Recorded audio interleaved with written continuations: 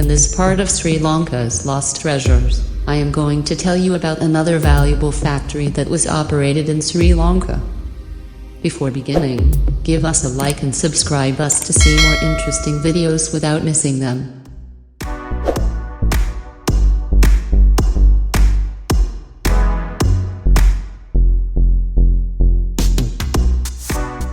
Today I am going to tell you about a sugar factory which is located at the heart of Kanthale, called Kanthale. The factory was gifted by Czechoslovakia in the 1960s during Sri Bandaranaike's tenure. When Sri Bandaranaike was informed about the gift Sri Lanka was about to receive, she appointed Minister Maithripala Senanayake to identify a suitable place to construct the factory. Having travelled all the way up to Kanthale, Minister Senanayake and the surveyors found a great location near Kanthale Lake Bund, and they demarcated 44,000 acres of land to set up the factory complex.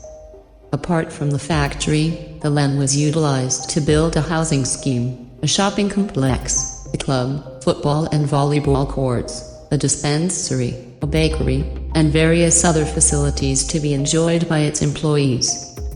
During the development process of the sugar factory and plantation, the plantation area was divided into 4 zones, with each zone comprising 8 to 17 fields, each spanning 2,000 to 3,000 acres. There were around 1,700 permanent employees and around 5,000 non-permanent employees working at the factory prior to its closure. Also, the factory opened a chance for sugarcane farmers to improve their economic level as well. Apart from sugar production, several byproducts were also utilized for the production of ethanol, cardboard, paper, animal food, and even electricity. A 2-megawatt power generator was operated to provide electricity to the entire housing complex and buildings surrounding the factory.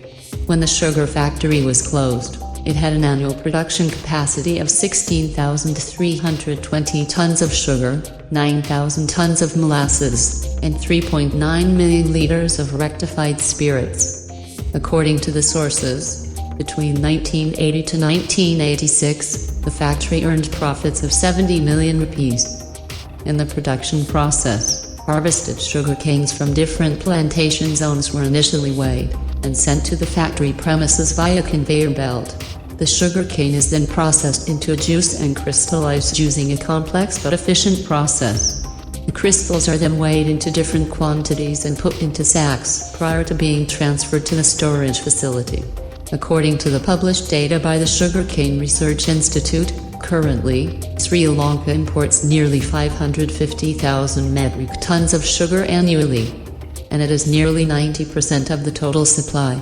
It costs around 40 billion rupees annually for importation. Also, the factory owned nearly 800 vehicles and still, we can see many defunct vehicles at the abandoned location. Privatizing the factory operations in 1993 was the decision which badly affected to the factory.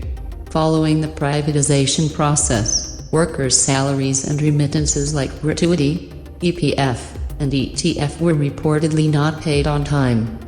As a result, the workers staged a strike against the management, demanding their rights. After a few years, the prosperous sugar factory, therefore suffered closure by the end of 1999. Due to these short-sighted decisions of some political puppets, the valuable and prosperous factory was lost by the Sri Lankans.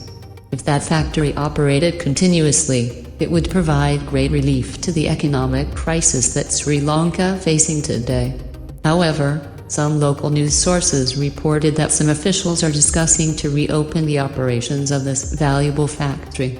If those wise leaders can stand to take such an action, it will be a great support to get Sri Lanka out of the financial crisis it is sinking into.